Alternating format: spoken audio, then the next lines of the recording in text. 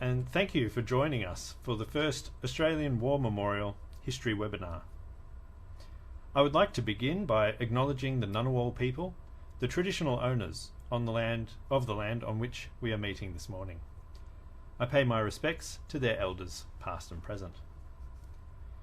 My name is Dr. Tom Rogers, and I am a historian here at the Australian War Memorial. This morning, we'll be hearing from the winner. And thank you for joining us for the first Australian War Memorial History webinar. I would like to begin by acknowledging the Ngunnawal people, the traditional owners on the land on which we are meeting this morning. Sorry, one moment. Their elders, past and present. My name is Dr. Tom Rogers, and I am a historian.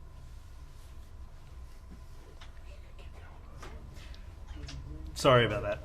This morning, we'll be hearing from the winner of the 2021 Bryan Gandevia Prize, Dr. Kristen Alexander, whom I'll introduce shortly. But first, I wanted to say a few words about the prize. The late Dr. Brian Gandevia was a medical researcher and practitioner. After graduating with a degree in medicine from the University of Melbourne in 1948, he enlisted in the Royal Australian Army Medical Corps. He served as an officer in the British Commonwealth Occupation Force in Japan, and then as Regimental Medical Officer with the 3rd Battalion Royal Australian Regiment in Korea.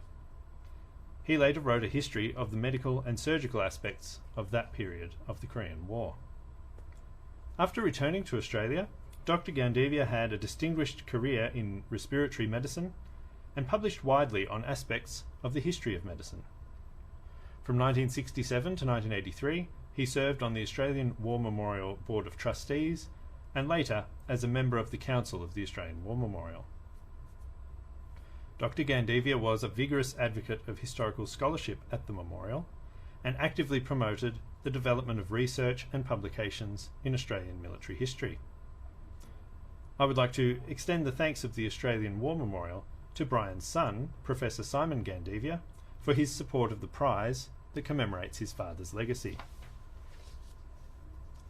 The Bryan Gandevia Prize is awarded biennially to an outstanding honours, master's or doctoral thesis on a significant subject of military, social or medical aspects of Australian wartime history. Our presenter this morning is Dr. Kristen Alexander. Kristen was awarded the Gandevia Prize for her 2020 PhD thesis entitled Emotions of Captivity, Australian Airmen Prisoners of Stalag Luft III and Their Families. Kristen is a visiting fellow at UNSW Canberra and a member of the Conflict and Society Research Group. Specialising in Australian aviation history, she is published in Australia, Great Britain and Japan. She is currently writing a book based on her thesis. Over to you, Kristen. Thank you, Tom. For over a decade, I'd written about Australian pilots. Biography was my genre of choice, and in imagination, I flew through the Battle of Britain and Darwin's skies, over the Western Desert, the Southwest Pacific area, and the fjords of Norway. Those airmen were imbued with the sheer joy of flying.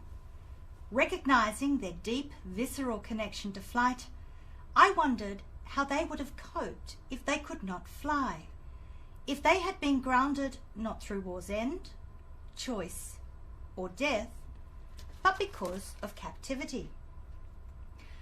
I thought Stalag Luft III would be a good setting for a group biography of Australia's wingless. After all, approximately a quarter of all Australian airmen prisoners in Europe had been incarcerated in the camp made famous or infamous by the Great Escape. Who hasn't read the book or seen the 1963 film? Who can forget Steve McQueen and his motorbike, the film's iconic theme music, and James Coburn's appalling Australian accent? Who hasn't shed tears as brave men fell to German bullets? But other than Coburn's fictional Australian, we know little about the Australian Great Escapers, let alone any of Stalag Luft III's other Australians. And this is despite the fact that Paul Brickhill, the author of the Great Escape book, was himself Australian. I was set a group biography of the Australians of the Great Escape, not just the airmen killed in the post-escape reprisals, but encompassing those who supported the grand venture in so many ways. But the more I researched, the more I realised the Great Escape was not representative of Stalag Luft III. The evidence suggested that an analytical account of the broader Australian experience was warranted. I didn't know what to do. In October 2014, I attended a book launch. Chatting after the formalities, historian Michael McKernan asked me what I was doing with myself. I told him about the problems I was facing, how desolate I felt that I would have to put the project aside because I didn't have the ability to do it properly. Michael then asked one of those life-changing questions. Had I ever considered doing a PhD? I hadn't, but by the time I arrived home, I had. I emailed Professor Peter Stanley, recently installed at UNSW Canberra, and he agreed to sponsor my PhD application. Michael was volunteered to be my co-supervisor. 6 months later, I was at UNSW Canberra, ready to discover how 351 Australian airmen, fondly referred to as the cohort, coped with captivity. In 2020, I submitted the thesis which brought me here today, Emotions of Captivity, Australian Airmen Prisoners of Stalag Luft III and Their Families. Emotions of Captivity presents the cohort as military operatives and emotional beings. I explore their emotions, feelings, motivations, sense-making, and memory. I foreground the affective aspects of agency, community, altruism, duty, identity, masculinity, prison camp domesticity, faith, grief, and death. Wartime incarceration greatly affected the cohort's physical and mental health. For many, it was traumatic. The memory of it lingered and permeated their post-war lives.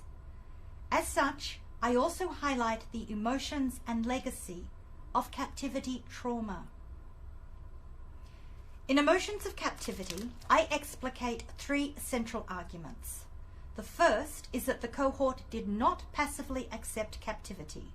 They exerted considerable personal and group agency to manage and mitigate the residue of battle trauma, the shock of captivity, and the inevitable strains of wartime imprisonment.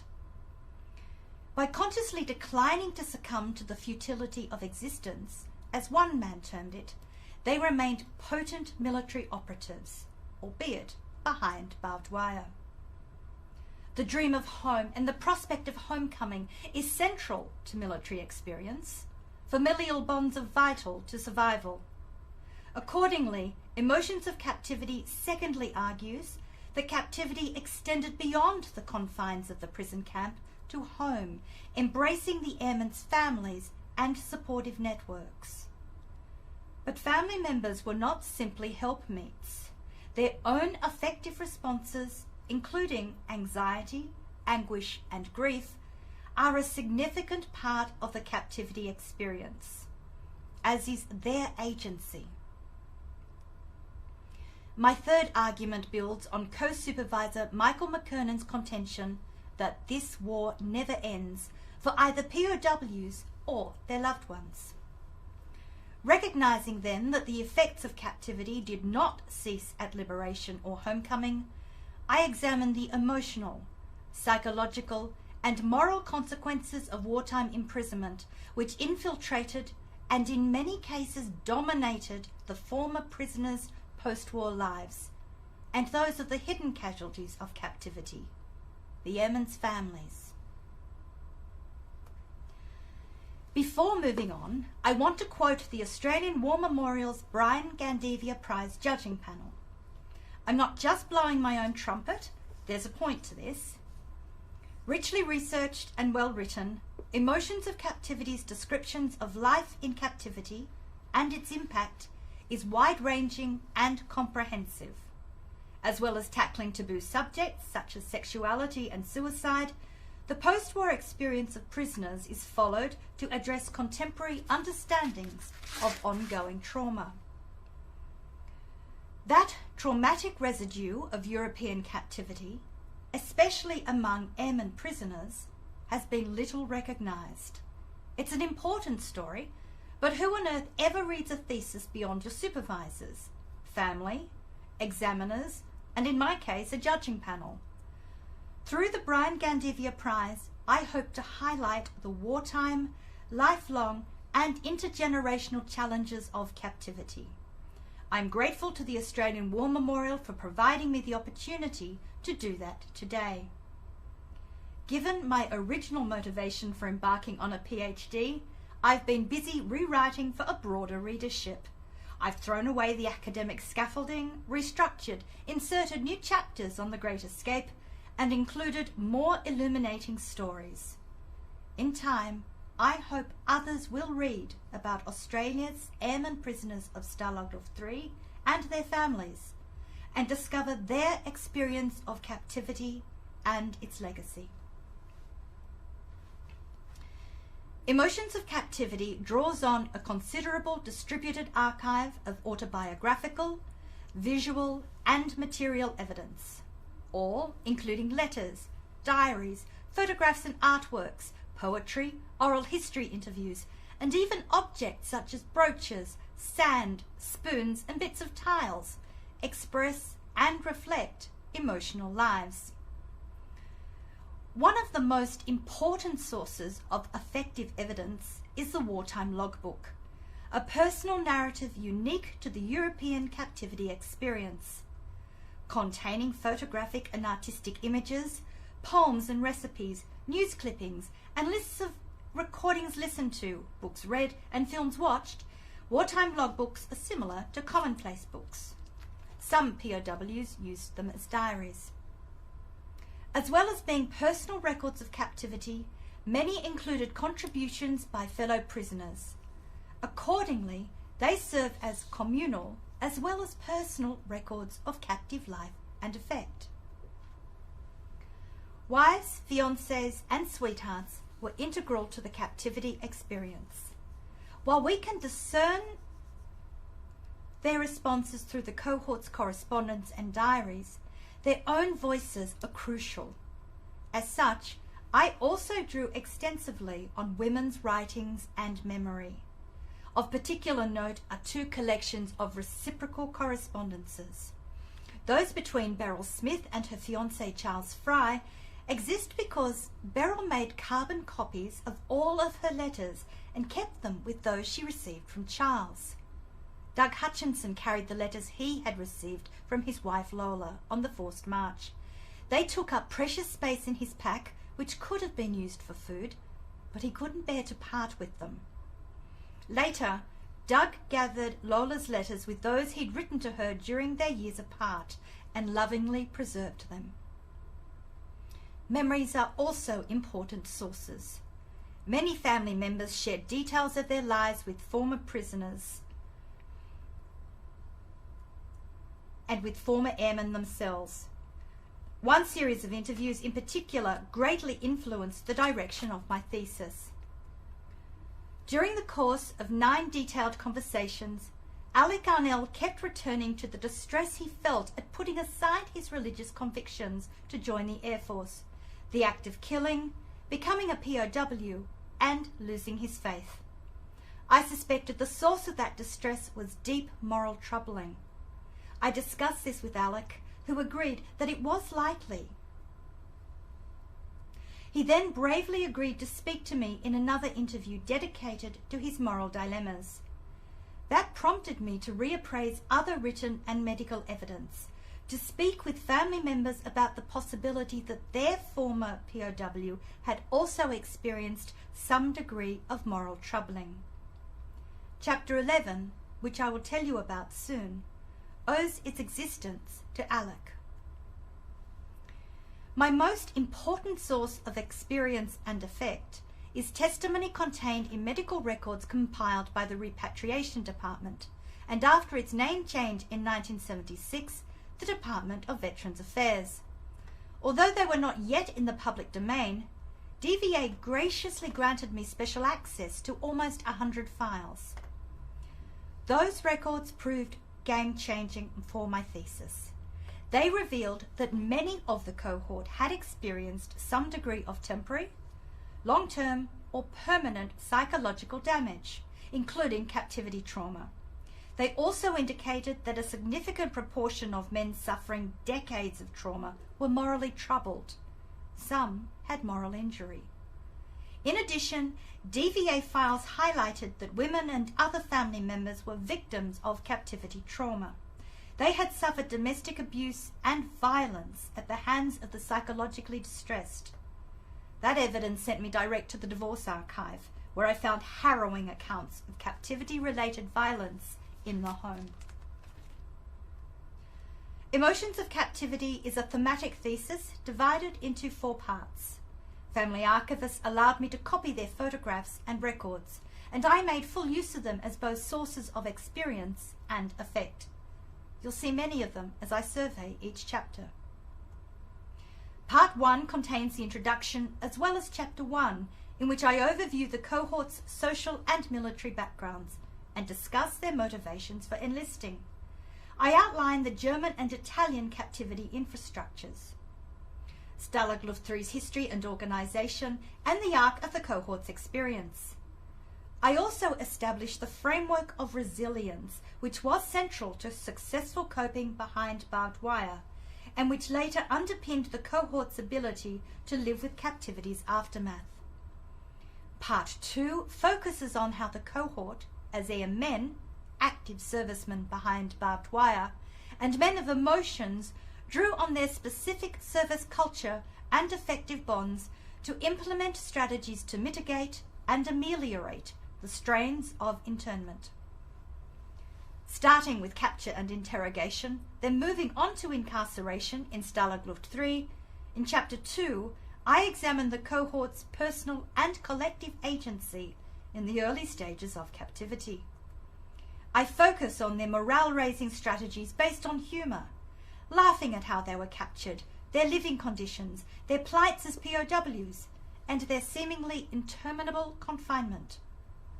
I discuss their inspirational leadership and the service discipline they entrenched by constructing a de facto RAF station, which I call RAF Station Sagen.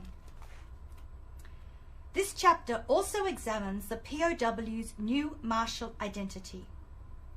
Like most servicemen, they abhorred the shameful connotations surrounding the word prisoner and the constant reminder of it, their POW tag.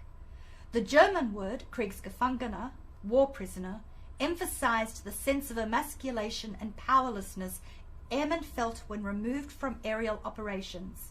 Instead, they dubbed themselves Kriegies, which reflected their continuing fighting spirit. Linguistically and emotionally, they remained men of war. In Chapter 3, I analyze the development of escape-mindedness, the duty to escape, and active disruption. I describe the X, or escape organization, a viable, endorsed scheme which enabled the Kriegies to both manage their captivity and contribute to RAF Station Sagen's communal life. Escape work and other disruptive acts helped relieve boredom, increased morale and self-esteem, and provided a sense of adventure.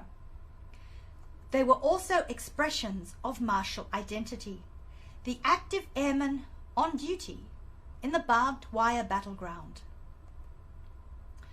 The Kriegies' strong service-based fraternal bonds, their version of the Brotherhood of Airmen, helped abate the strains of incarceration. I describe those ties in Chapter 4, as well as the threats to them, including homosexuality, real or imagined, and self-interest. I also consider the cohort's familial ties, their concept of home, and how they sought to replicate it, including by embracing domestic chores. In doing so, they created a supportive foundation for camp harmony and their all-important escape work, as well as an emotional link to their pre-service lives and loved ones. Some Kriegies drew on religious beliefs, practices, and the prevailing Christian ethos to help manage and make sense of their captivity. As such, I explore emotional dimensions of faith. As well as outlining their relationships with God, I consider the importance of Christmas and Anzac Day. I also describe how the Kriegies gained comfort as they mourned those killed in the post-Great Escape reprisals by composing their deaths as Christian sacrifices. The Kriegies missed sex, and in Chapter 6, I consider how they managed that physical need. They also missed the warmth of loving, supportive relationships. As such, I analyse the strong emotional connections of partnered Kriegies to their wives, fiancés, and sweethearts, paying particular attention to how the airmen actively maintained their long-distance relationships. They wrote letters, planned their romantic futures, and imaginatively brought their loved ones into camp in image, memory, and synchronicity. A vibrant theatre created the presence of women. Faux females stalked the stage and mingled with the crowds. In this chapter, I also describe how the cohort actively constructed what I dub a fit and well composure, which reinforced a cheery, masculine, martial identity. They declared to loved ones and the world, through publication of letters and photographs in newspapers and POW magazines, that they were happy, in good spirits, healthy and well, fit and active, and virile. Prisoners of war are fully aware that captivity affected their states of mind, that it contributed to what Ronald Baines called those Kriegie blues, and others termed going round the bend. Chapter 7 examines the cohort's mental health, including Kriegie attitudes towards barbed wire suicide, the emotional turmoil experienced in the lead-up to the Great Escape, and the impact of the post-escape reprisals all took their toll on individual and collective psychological states. I show that, as much as possible, the cohort actively managed threats to their personal and group well-being. They also supported those in psychological extremis. As a consequence of their emotional resilience, the majority of the Australian cohort remained mentally strong in Stalag Luft III. Affective responses of family and fictive kin are a vital part of captivity experience. In Chapter 8, I focus on the emotional and practical support provided by Air Force, community groups, and close and extended families, particularly wives, fiancés, and sweethearts, to ensure Kriegies were neither neglected nor forgotten. In exploring the emotional and sexual strains of separation, I highlight female agency in relieving both their own suffering and that of their captive loved ones. Anticipatory and actual grief was also a feature of captivity's homefront experience, and I discuss how 6 Australian families, including the loved ones of the Great Escapers, mourned those of the cohort who never returned.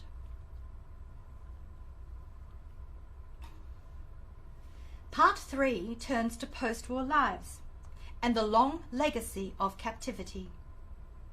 Homecoming was a time of great joy, but also a period of uncertainty, psychological discomposure, and social awkwardness as the former Kriegies faced the challenges of return and resettlement in a world very different from the one they had left. In Chapter 9, I consider the loss of Air Force and captivity bonds, as well as their service identity, employment difficulties, and compromised physical and mental health. I also discuss domestic unrest, abuse, and violence. Despite myriad social and psychological challenges, most of the cohort chose to get on with life. They didn't talk about their experiences. They put captivity behind them and actively forgot about it. They tamped down any traumatic residue that bubbled to the surface. Their silence was endorsed. Wives, families, and society also wanted to forget the difficult past. The mental resilience which underpinned successful management of captivity broke down in many cases, leading to psychological vulnerability. In Chapter 10, I explore long-term psychological disturbance, post-traumatic symptoms, and captivity trauma, as well as the health consequences of long-term anxiety and stress, including early death.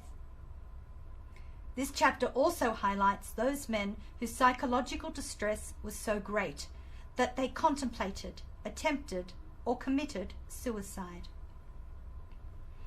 Chapter 11 examines the moral dimensions of war and captivity trauma. I discuss the triggers of moral troubling, survivor and captain's guilt, the duty to kill, and witnessing or suffering inhumane acts. I show that those who allayed their moral troubles did so largely through their own agency and resilience, the help of loved ones, or through faith. It's a natural human response to seek meaning in difficult or traumatic experiences, to make sense of what has happened. This final chapter reveals that constructing meaning is fundamental to resilience and an ultimate coping with captivity's residue. In it, I explore the transformative aspects of captivity and its legacy, the blessings and benefits of wartime imprisonment, personal growth, and for the morally troubled, attainment of moral health. I highlight how some of the wives gained composure through love and accommodation. I examine the efforts of intergenerationals, the cohort's children, nephews and nieces, great-nephews and great-nieces, and grandchildren, to create memories of captivity. I consider how they forged connections with their family's former Kriegi through objects, artistic expression, and pilgrimage. Part 4, the conclusion, wraps up emotions of captivity. It also reveals two unexpected findings. The dominant Australian captivity narrative focuses on the greater physical and mental trauma of former prisoners of Japan. In contrast, the received wisdom is that those incarcerated in Germany and Italy enjoyed a relatively benign captivity with few, if any, hardships. The cohort's medical evidence, however, contradicts the perception of an easy captivity with no psychological residue. Almost 2/3 of my medical sample experienced post-war mental disturbance. Many suffered PTSD-like symptoms, captivity trauma, or moral troubling. Emotions of captivity demonstrates that Australia's prevailing trope of a benign captivity experienced by prisoners of Europe is a myth. Surprisingly, I found that the cohort unwittingly but actively created that myth during the war by constructing and promoting their fit and well composure. Their post-war protective silence did nothing to contradict it. Their personal accounts embedded and perpetuated it. Comparing themselves to former prisoners of Japan, many believed that they had had a better, less traumatic experience. The consequence was that there was no place within the Australian captivity narrative for their own wartime suffering and post-war trauma. More recently, the trauma of POWs other than those incarcerated by the Japanese has been recognized by scholars and government. Emotions of captivity, however, foregrounds the cohort's own testimony, their own medical evidence to rebut their own fit and well composure. Emotions of captivity privileges their words to shatter their diligent post-war silence. In doing so, it demonstrates that they did suffer, that the traumatic legacy of captivity for many Australian airmen and their families lasted a lifetime and beyond. Emotions of captivity reveals that the former airmen have an incontrovertible place in Australia's narrative of war trauma. few final words before I conclude. Evelyn Johnson's fiancé Eric had been tortured in Buchenwald concentration camp before he was transferred to Stalag Luft III. Evelyn waited anxiously after Eric went missing from aerial operations and was overjoyed when he came home. Like many, Eric did not settle back into civilian life. He suffered unremitting PTSD and the vivid nightmares that go with it. But Evelyn supported him unstintingly. Eric wouldn't talk about what happened to him. He refused to describe the nightmares. It was all part of life that I didn't particularly want to remember, he said later. He told Evelyn that he didn't want to worry my relatives, and you in particular, about what I'd been through. I didn't want to tell you about it. Didn't want you upset. Despite Eric's continuing memories fracturing their lives, theirs was the happiest of marriages. Their love never faltered. They sat beside each other in their bedroom and cried together when Eric broke the news that after 57 years of marriage, he only had 6 months to live. Reflecting over those lives, Evelyn unhesitatingly told me that I've had a very good life, a brilliant life. When I look back on my whole life, I'm very lucky. Eric shared Evelyn's attitude. His life was happy, fulfilled, though difficult. It hadn't been ruined by captivity. Many other former Kriggies and their wives echoed Evelyn's words. Only a handful considered that captivity had ruined their lives. I discovered much about the power of love, such as Evelyn's and Eric's, community, agency, and resilience. I also learned many lessons from the cohort and their womenfolk about how to cope with the challenges I encountered in my own life during the 5 years of my PhD candidacy. Emotions of Captivity enriches our understanding of the human condition. It reveals much about wartime and post-war coping and resilience. That resilience, along with the preeminence of personal, communal, and familial agency, despite adversity and trauma, is perhaps the defining legacy of captivity for the Australian airmen of Stalag Luft III and their families. It is a significant, effective lesson that remains relevant today. Thank you.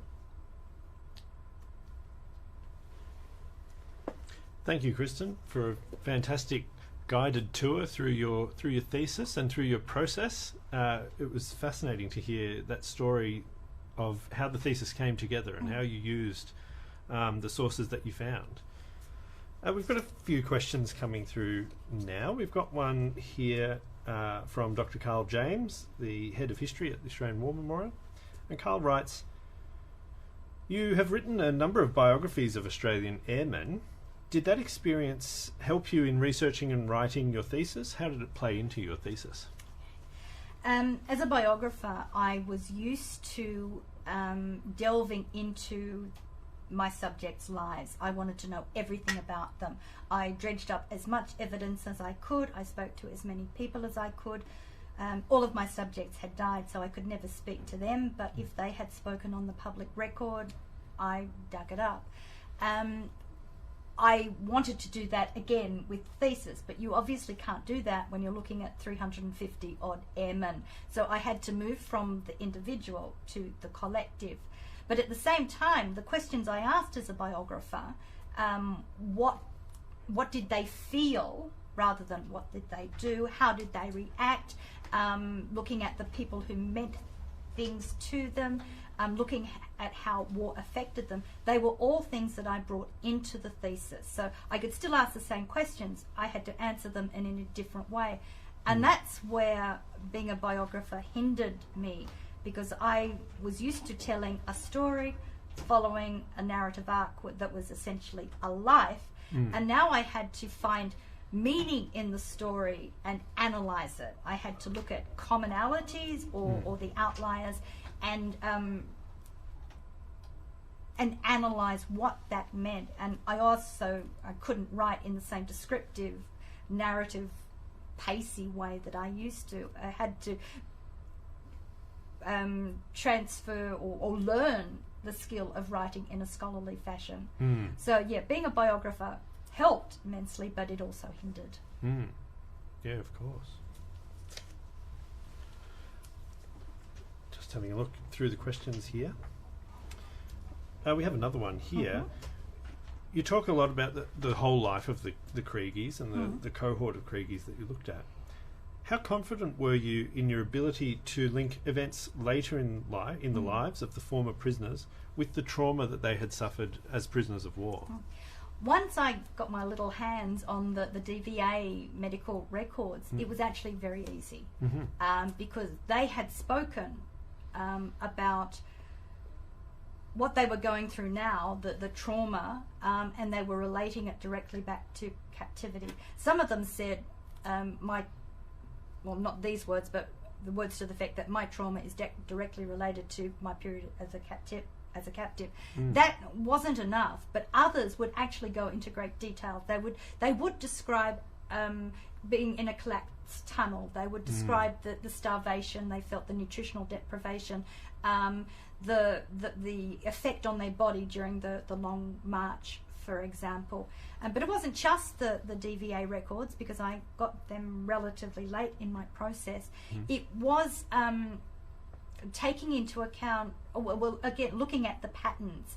So speaking with family members who would say, oh yes, my father had nightmares, or my grandfather would often talk about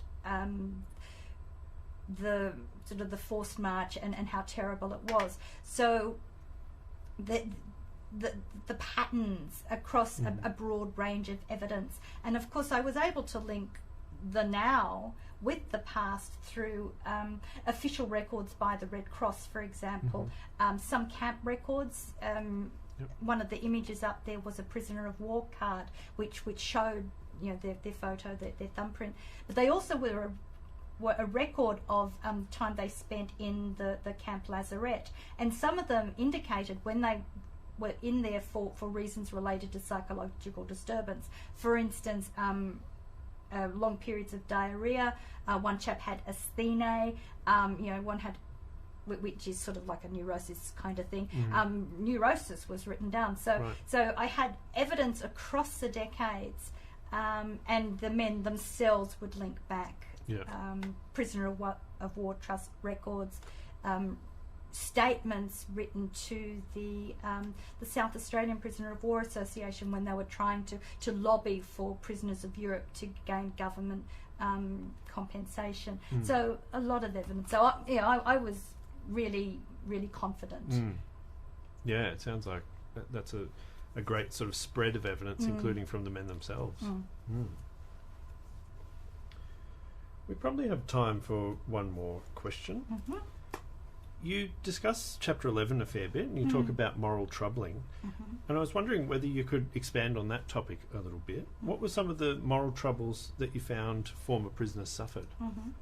As I indicated in the survey, it did take me a while to twig that there was such a thing as moral troubling within this cohort, because it's not necessarily something you associate with airmen, other than perhaps looking, bomber crew looking back on the saturation bombing campaign and their feelings now, which is based on sort of questioning about the validity of that campaign. But so there were lots of little things that started twigging. First of all, it was the conversation with Alec Arnell and the distress that he felt. And it never ever came out in one particular statement. It was sort of dribbed through a great series of interviews, and it took a while for me to twig. And then once I did that, and as I said, I spoke to him in depth about his moral dilemmas, and then I thought, well, one can't be an outlier. Others must have felt this way. So by that stage, I had received the medical records from DVA. I'd received most of them, and I'd already gone through them, pulling out evidence of psychological disturbance. So I looked back over that to see, well, what were they talking about?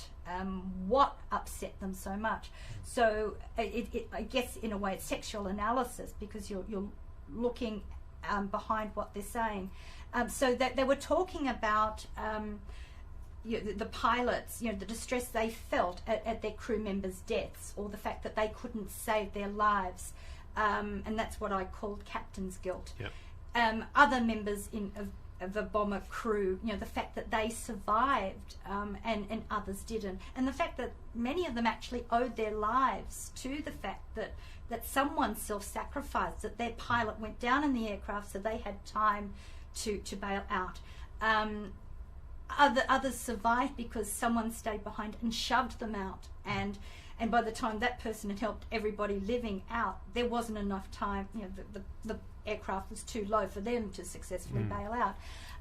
So they owed their lives to self-sacrifice, and that was incredibly disturbing for them. Others were considering their duty to kill as an airman, as any serviceman. You are signing up and you know that you are required to kill someone.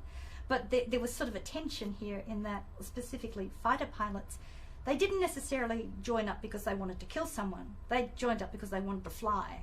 And so the duty to kill, and then later, as I said, they would question the validity of their part in that duty to kill when the bombing campaign was questioned.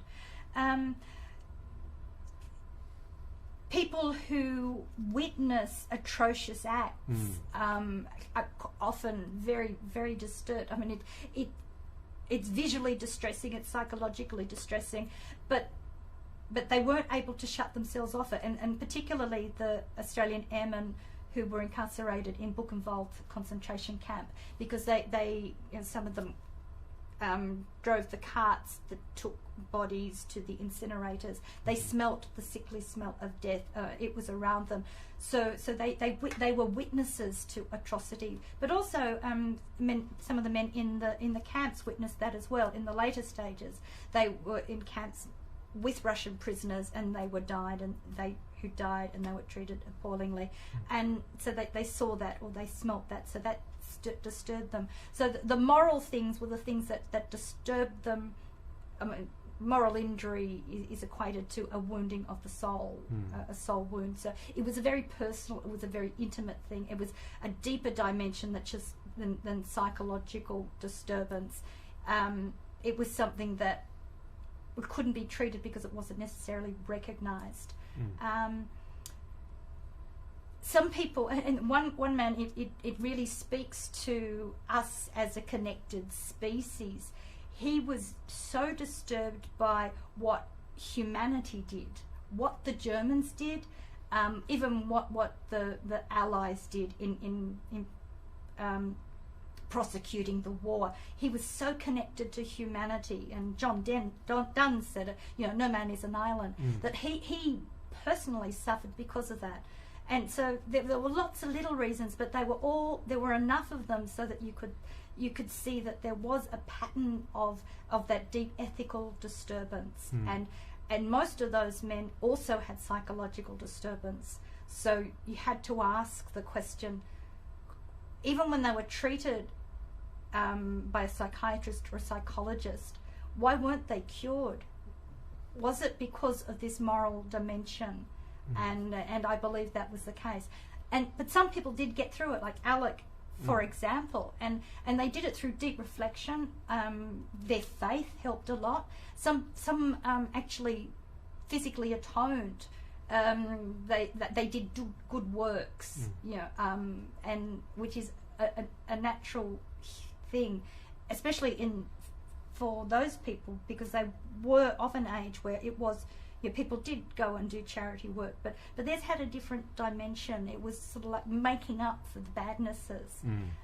It was, I wouldn't have researched in that direction if it hadn't been for Alec, but it was actually really fulfilling for me to see the range of responses to this deep personal wounding, and to see how some people were able to rationalize their way out of it, and it was even more incredible when you think that when they did seek psychological help, moral injury, moral trouble, it wasn't a thing. They would not be asked that question, or it wasn't identified.